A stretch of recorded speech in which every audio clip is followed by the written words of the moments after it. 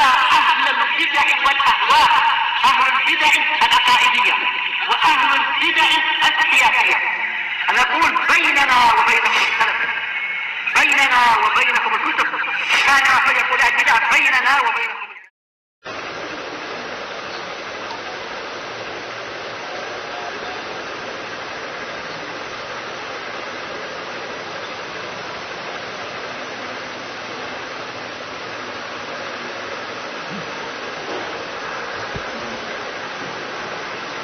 Alhamdulillahirabbil alamin.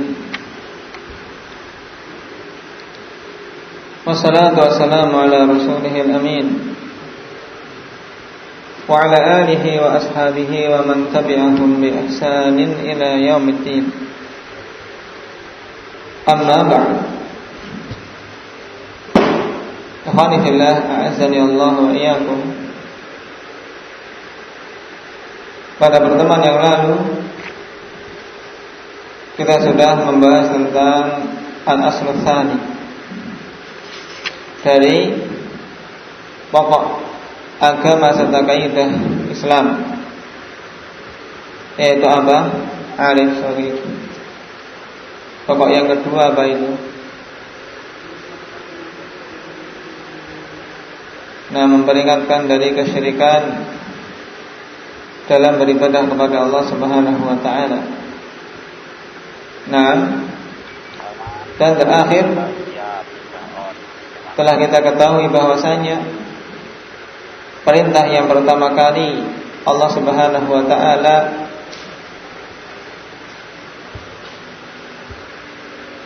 perintahkan Rasulnya dengannya, yaitu apa?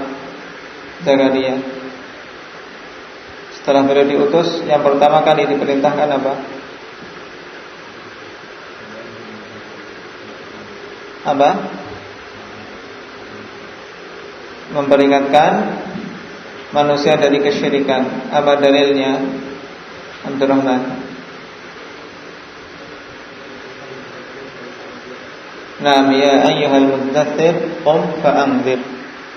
Nah, ini perintah yang pertama kali, yaitu perintah untuk memperingatkan manusia dari kesyirikan. Baru setelah itu perintah untuk bertauhid dalam firman-Nya apa? Wa rabbaka fakabbir. Nah,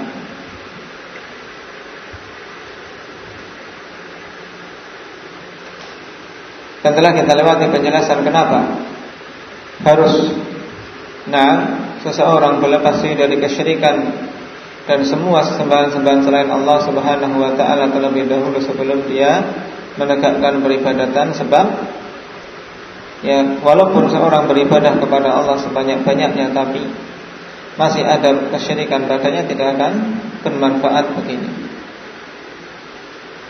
Dan akan kita baca di antara kerusakan-kerusakan syirik serta bahayanya pada penjelasan-penjelasan berikutnya. Nah,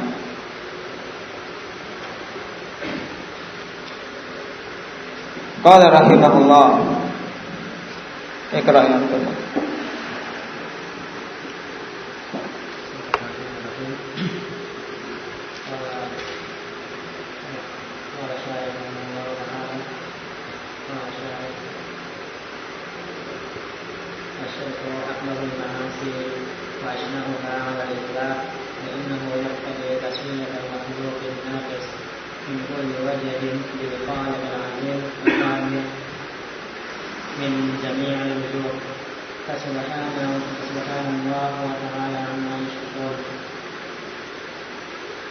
Nah, qala wa syirku akbahul mahasi wa ashna'uha 'alal itlaq.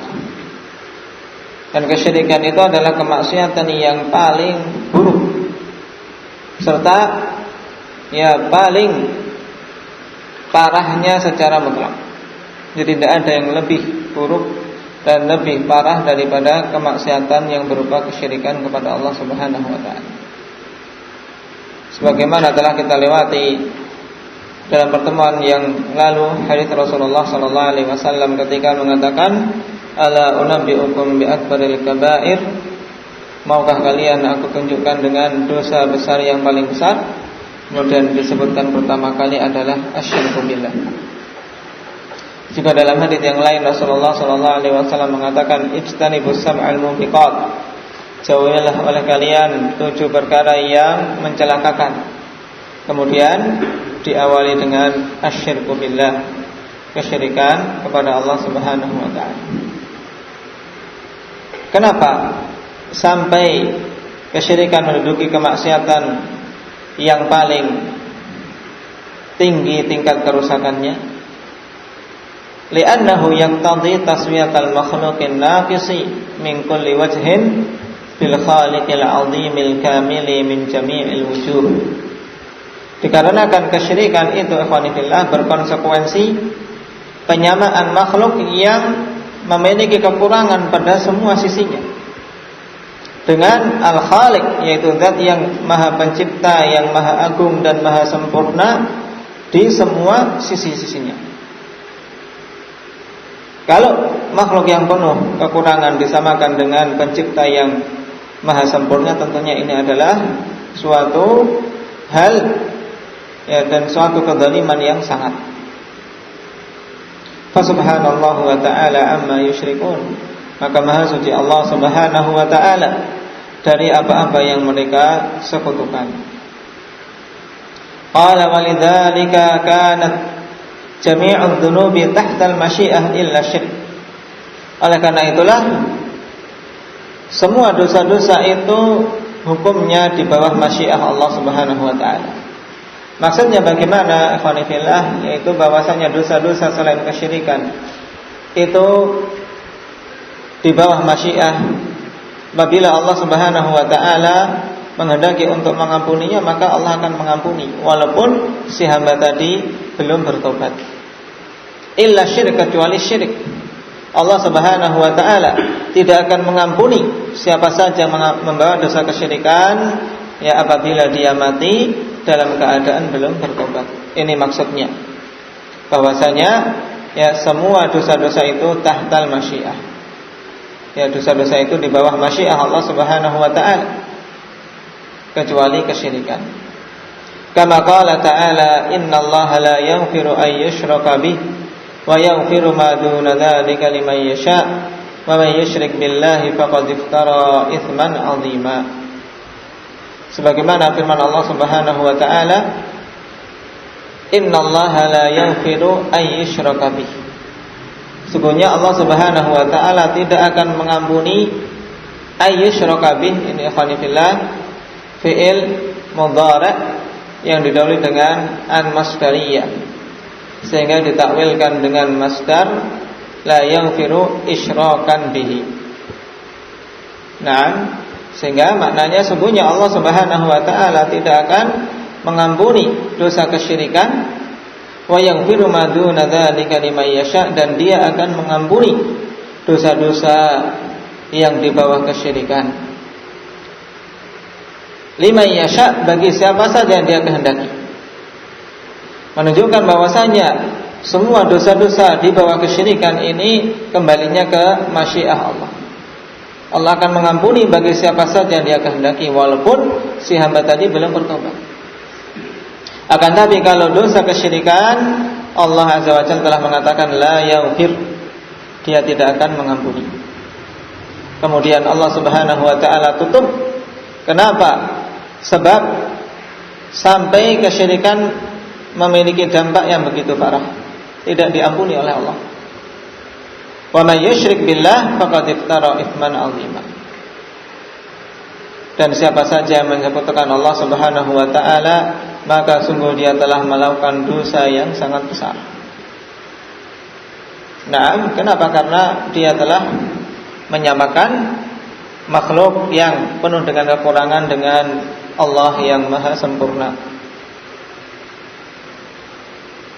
Baik. Pada ayat ini ikhwanillah, para ulama rahimahumullah taala membahas tentang beberapa hal.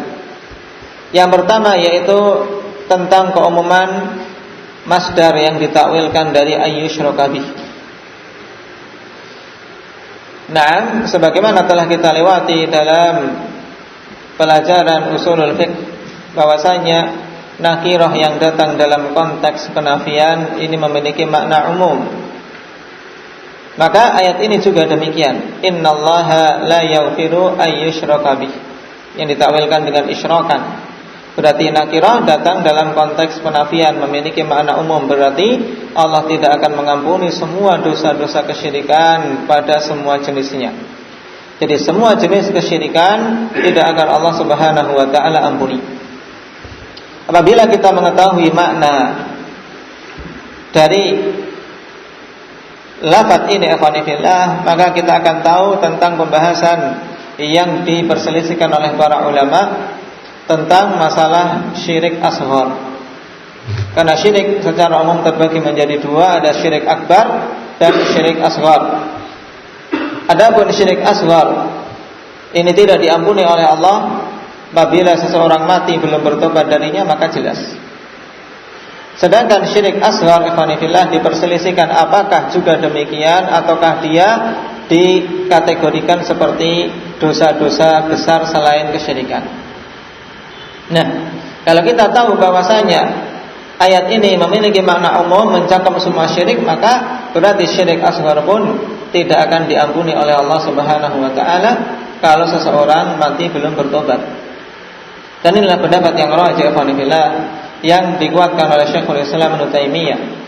Walaupun pada beberapa tempat Syekhul Islam Ibnu Taimiyah seakan-akan condong kepada pendapat yang menyatakan syirik asghar itu tahtal masyiah, akan tapi pada tempat yang lain dengan tegas menyatakan bahwasanya syirik asghar juga masuk dalam keumuman ayat.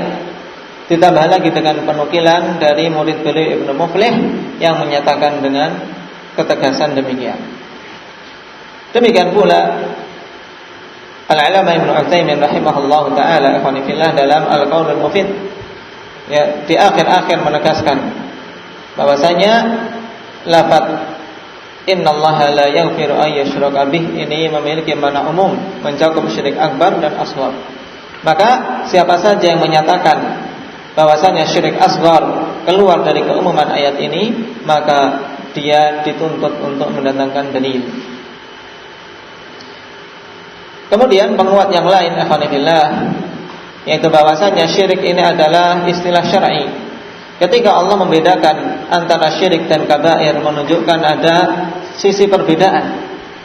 Nah, kalau sama syirik asghar dengan dosa besar selain syirik, tentunya tidak ada faedah penamaan, ya, dosa tersebut dengan syirik. Ini poin yang pertama. Kemudian pembahasan yang kedua berhubungan dengan ayat ini. Kalau kita memperhatikan secara zahir ayat, Allah tidak akan mengampuni dosa kesyirikan. Dengan ayat yang lain, yaitu firman Allah Subhanahu wa ta'ala, innallaha yaghfiru dzunuba jami'a. Sesungguhnya Allah Subhanahu wa ta'ala akan mengampuni semua dosa-dosa. Seakan-akan pada zahir dua ayat ini ada pertentangan. Yang ayat surat An-Nisa, innallaha la yaghfiru ay yushraka bih, seakan-akan tidak akan mengampuni, ya, orang-orang yang melakukan kesyirikan. Sedangkan ayat yang lain tadi, innallaha yaghfiru dzunuba jami'a, akan mengampuni semua dosa-dosa, mencakup kesyirikan dan yang lainnya. Lalu bagaimana mensinkronkan dua ayat ini? Maka para ulama rahimahumullah ta'ala telah menjelaskan, di antaranya adalah Imam Asy-Syanqiti rahimahullah ta'ala dalam, ya, kitab beliau Daf'u Ihamil Ittirab, bahwasanya ayat pada surat An-Nisa, innallaha la yaghfiru ay yushraka bih, dibawa pada keadaan seorang yang mati dalam keadaan belum bertobat. Ya, kalau siapa saja mati dalam keadaan belum bertobat dan dia membawa dosa kesyirikan, tidak akan pernah diampuni oleh Allah. Adapun ayat innallaha yaghfiru dzunuba jami'a, sungguhnya Allah akan mengampuni semua dosa-dosa, yaitu ketika seorang itu bertobat. Nah, kalau seorang bertobat, ikhwan fillah, maka Allah akan mengampuninya dosa apapun yang dia lakukan, baik itu dosa kesyirikan, kekufuran, dan semua dosa besar. Nah, ini hendaknya kita pahami dengan benar sehingga ya kita bisa mengetahui bahwasanya ayat-ayat Al-Quran tidaklah berbenturan satu sama lain.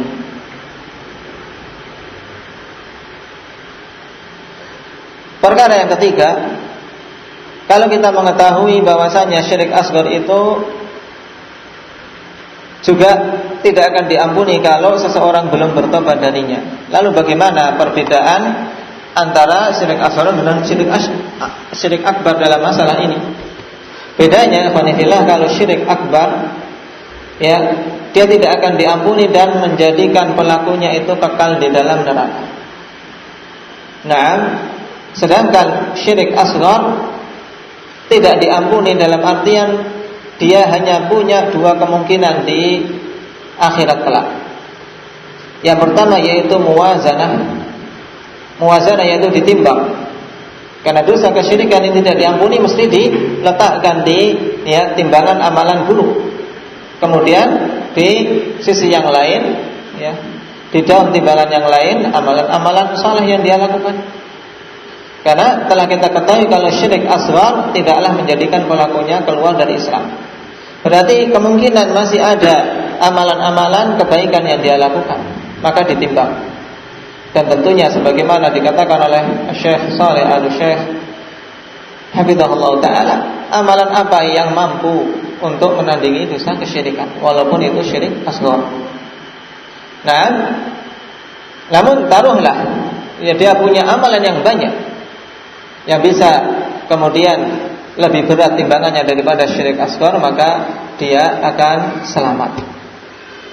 Nah, adapun apabila ditimbang dan syirik asghar dosa-dosa yang lainnya itu lebih berat, tentunya dia akan dihukum di neraka sesuai dengan kadar dosa yang dia lakukan sampai selesai. Nah, ini perbedaan sisi ya keadaan tidak diampuni syirik asghar. Paham? Jangan sampai kita iskal. Nah, berarti kalau tidak diampuni dia kekal di dalam neraka, belum tentu. Nah, suatu dosa ikhwani fillah ya ketika tidak Allah Subhanahu wa taala ampuni, maknanya akan dituntut. Ya, akan dituntut. Nah, penuntutan itu bisa dengan ya penimbangan, yaitu dia ditimbang sehingga amalan-amalan saleh mampukah menebus dosa tersebut, ya, atau dia dihukum sesuai dengan kadar dosa yang dia lakukan. Hal ini menunjukkan betapa mengerikannya ikhwanillah dosa kesyirikan. Karena apa? Karena ya seseorang kalau belum bertobat darinya tidak ada kemungkinan untuk diampuni oleh Allah Subhanahu wa taala, mesti akan mendapatkan hukuman. Berbeda dengan dosa-dosa besar selain kesyirikan. Oleh karena itulah walaupun namanya syirik asghar, maka dia menduduki dosa yang lebih besar daripada ya dosa-dosa besar yang lainnya, seperti perzinaan, pencurian, dan yang lainnya. Nah, wa qala syarih wa qala ta'ala wa qala al-masih ya bani Israil a'budullaha rabbi wa rabbakum innahu man yushrik billah faqad harramallahu 'alaihi al-jannah wa ma'wahu an-nar wa ma lidh-dhalimin min ansar.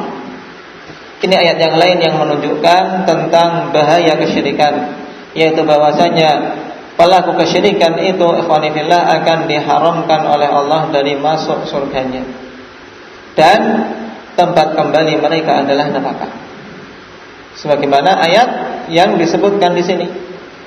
Wa qala al-Masih, dan al-Masih yakni Isa bin Maryam, beliau disebut dengan al-Masih ikhwani fillah. Para ulama rahimahumullah ta'ala menjelaskan karena ya di antara sebabnya ketika beliau mengusap orang yang sakit, dengan sebabnya orang sakit tersebut sembuh. Ini kenapa Isa disebut dengan Al-Masih. Berbeda dengan Dajjal. Dajjal juga disebut dengan Al-Masih. Nah, jadi ada Al-Masih Isa bin Maryam, ada Al-Masih Dajjal Al-Kadzdzab. Adapun Al-Masih Isa bin Maryam sebabnya tadi. Sedangkan Al-Masih yang dia adalah Dajjal disebut Al-Masih karena dia mengelilingi semua permukaan bumi, sehingga semua permukaan bumi itu sudah tersentuh oleh dia, maka disebut dengan Al-Masih. Yang lain mengatakan bahwasanya disebut Al-Masih karena dia mamsuhul ain, matanya picek. Matanya buta sebelah. Ini dua alasan kenapa Dajjal disebut sebagai Al-Masih. Jadi berbeda. Sama-sama lafadznya Al-Masih, tapi yang diinginkan berbeda untuk dua hal yang bertentangan ini. Yang kelak Al-Masih Ibnu Maryam dialah yang akan membunuh Al-Masihud Dajjal. Nah, Isa Ibnu Maryam mengatakan, "Ya Bani Israil, u'budullaha rabbi wa rabbakum. Innahu man yusyrik billah faqad harramallahu 'alaihi al-jannah wa ma'wahu an-nar wa ma lil-zalimin min ansar."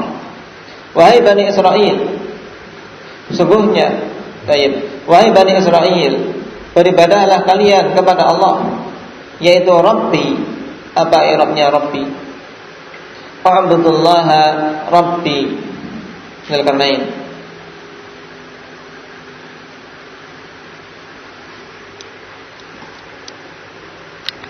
Tayyib badal.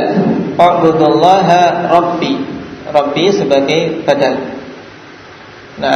Beribadahlah kalian kepada Allah Rabbu wa Rabbakum, dan Rabb kalian semua. Innahu man yusyrik billah, karena sungguhnya siapa saja yang menyekutukan Allah. Di sini ada konteks umum, diambil dari mana? Man yusyrik billah, Abdurrahman. Konteks yang menunjukkan umum. Innahu man yusyrik billah, man memiliki makna umum, sungguhnya siapa saja, baik itu kaya, miskin, laki-laki, perempuan, bahkan para nabi maupun rasul serta para malaikat, apabila dia menyekutukan Allah, may yusyrik billah faqad harramallahu 'alaihi al-jannah, maka sungguh Allah Subhanahu wa taala telah mengharamkan atasnya surga. Jadi tidak peduli siapa saja melakukan kesyirikan kepada Allah Subhanahu wa taala. Oleh karena itulah Allah ancam nabinya. Karena tidak ada toleransi. Setinggi apapun derajatnya, kalau terjatuh dalam kesyirikan, maka ini tempat kembalinya. Makanya sampai-sampai Allah katakan kepada Rasulnya, la in asyrakta la yahbatanna 'amaluka wa la takunanna minal khasirin. Ini Allah katakan kepada Rasulnya, seandainya engkau wahai Muhammad melakukan kesyirikan, la yahbatanna amaluka, maka sungguh amalanmu itu akan terhapus. Wala takunanna minal khasirin, dan sungguh engkau akan menjadi orang-orang yang merugi. Kerugiannya apa? Ini Allah haramkan atasnya jannah. Faqad harramallahu 'alaihi al-jannah. Wa ma'wahu an-nar, dan tempat kembalinya adalah neraka. Wa ma lil-zalimin min ansar, dan tidaklah ada bagi orang-orang yang zalim itu penolong satupun. Dalam ayat ini jelas, orang yang melakukan kesyirikan akan diharamkan dari surga dan tempat kembalinya neraka. Kemudian ikhwanillah, ayat ini para ulama rahimahumullah ta'ala membawa kepada syirik akbar. Syirik akbar. Kenapa? Karena yang sama sekali tidak ada kemungkinan untuk masuk ke dalam surga adalah para pelaku syirik akbar, berdasarkan dalil-dalil yang lain. Sedang pelaku syirik asghar, maka dia ada kemungkinan untuk masuk ke dalam surga selama dosa kesyirikannya telah habis tebus, yaitu dengan azab yang ditimpakan kepadanya. Wa fi sahihain, dan dalam sahihain, an Ibnu Mas'ud radhiyallahu anhu qala, qultu ya Rasulullah, ayyu dhanbi a'dhamu indallah? Qala an taj'ala lillahi niddan wa huwa khalaqak. Dan dalam sahihain dari Ibnu Mas'ud radhiyallahu anhu, beliau mengatakan, aku berkata, ya Rasulullah, dosa apa yang paling besar di sisi Allah? Qala anta ja'ala lillahi niddan wa huwa khalaqak. Al-hadits. Ya, engkau menjadikan bagi Allah Subhanahu wa taala niddan, sekutu. Wa huwa khalaqak, wa huwa apa ini? Abdullah. Wa muhaliya. Wa huwa khalaqak, dalam keadaan Allah itu adalah zat yang telah menciptakan. Nah, ini dosa yang paling besar. Kita menyekutukan Allah Subhanahu wa taala, padahal Allah lah zat yang telah menciptakan kita. Nah, di sini jelas Rasulullah menyebutkan bahwasanya dosa yang paling besar adalah kesyirikan kepada Allah. Dan kelanjutan hadis ini terdapat faedah yang banyak, ikhwanillah, di mana Ibnu Mas'ud kemudian bertanya lagi, "Tsumma ai?" Qala apa? Uququl walidain. Baik. Dosa yang kedua yaitu durhaka kepada kedua orang tua.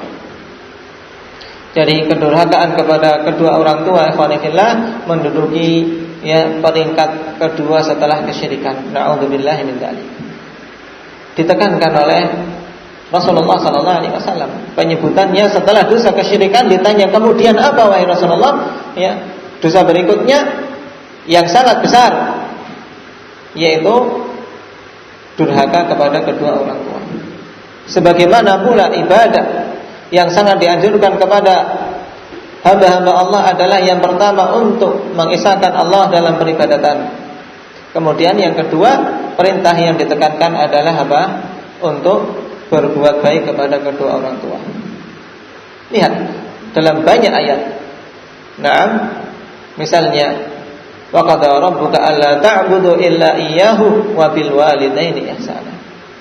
Allah telah mewasiatkan agar kalian tidak beribadah kecuali dengannya, kecuali kepadanya, dan berbuat baiklah kepada kedua orang tua. Ini penting, ikhwanillah. Nah, sebagaimana berbuat baik kepada kedua orang tua, berbakti merupakan ibadah yang agung, maka demikian pula durhaka kepada keduanya merupakan dosa yang sangat besar, mendapatkan peringkat setelah dosa kesyirikan.